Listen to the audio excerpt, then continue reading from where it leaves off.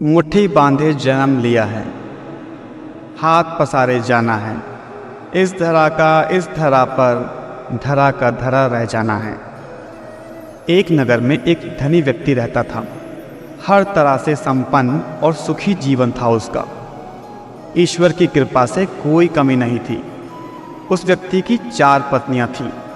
उन 4 पत्नियों में से वो सबसे ज़्यादा प्रेम अपनी चौथी पत्नी से करता था। उस पत्नी को वो कीमती से कीमती उपहार ला कर देता था। उसे हमेशा सजा सवार कर रखता था। वो व्यक्ति उस पत्नी के साथ खूब समय बिताता, उस पर खूब धन खर्च करता। वो तीसरी पत्नी से भी प्रेम करता था। तीसरी पत्नी उसके गर्व का विषय थी। जब तीसरी पत्नी उसके साथ होती तो वो बहुत ही सम्मानित महसूस करता था, परंतु उसे सदैव ये डर बना रहता कि तीसरी पत्नी उसे छोड़ कर न चली जाए। वो अपनी दूसरी पत्नी से भी प्रेम करता था। उसकी दूसरी पत्नी बहुत समझदार थी।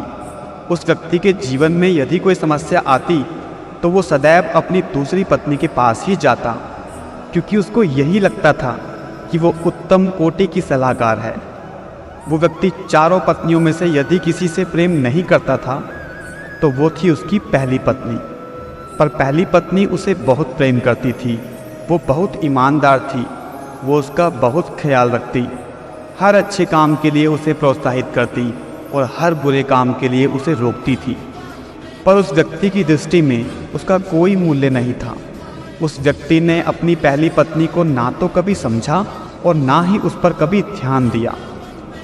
एक बार वो व्यक्ति बहुत बीमार पड़ गया। बहुत इलाज कराया पर कोई फ़ायदा ना हुआ। अब व्यक्ति का अंतिम समय आ चुका था।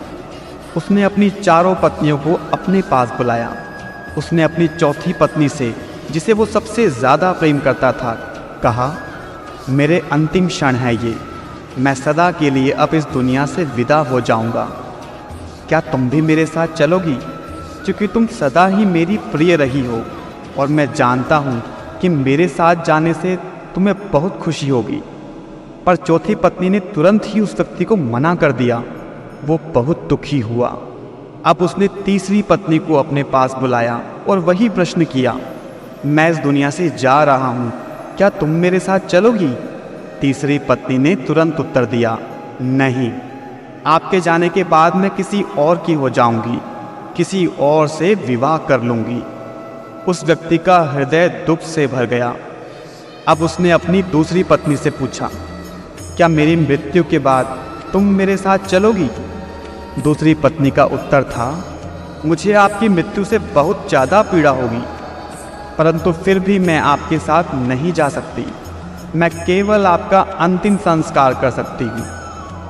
अब पहली पत्नी, जिसे उसने कभी प्रेम नहीं किया था, वो स्वयं आगे आई और बोली, मैं आपके साथ चलूँगी। आप जहाँ जाओगे मैं सदैव आपका साथ दूंगी। ये सुनकर उस व्यक्ति की आंखें भर आईं। जिस पत्नी की उसने सबसे ज़्यादा उपेक्षा की थी, वही पत्नी आज उसके काम आई। दोस्तों, हर इंसान के पास हैं ये 4 पत्नियाँ या 4 पति।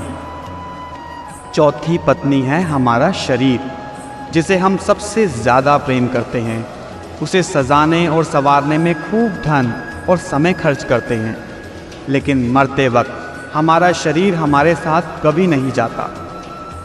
तीसरी पत्नी है हमारी संपत्ति, हमारा धन, हमारा कारोबार, जो हमारे सम्मान और गर्व का विषय होता है, पर हमारी मृत्यु के बाद वो भी हमारे साथ नहीं जाता, वो किसी और का हो जाता है। दूसरी पत्नी है हमारे अपने, हमारा परिवार, हमारे सगे संबंधी।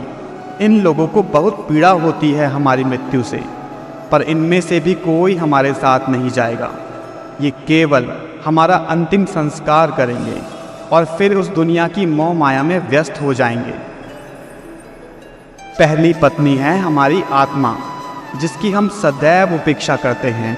उसकी आवाज़ को हम सदैव दबा देते हैं, परंतु वही है जो हमें अच्छे और बुरे का सच में ज्ञान देती है। वही है जो हमारे सुख दुख में हमारी साथी होती है।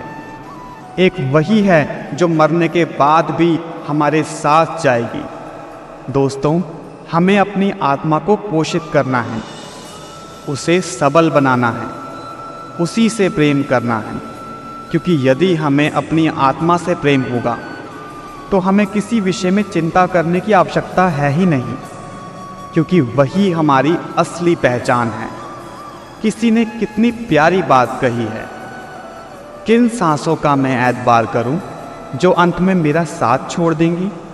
किस धन का मैं अहंकार करूं जो अंत में मेरे प्राणों को बचा नहीं पाएगा? किस तन का मैं अहंकार करूं जो अंत में मेरी आत्मा के बोझ को उठा नहीं पाएगा? सही कर्म कर ए बंदे, क्योंकि ईश्वर की अदालत में वकालत नहीं होती, और अगर सजा हो जाए तो जमानत नहीं होती। फिर मिलेंगे दोस्तों अगली वीडियो के साथ।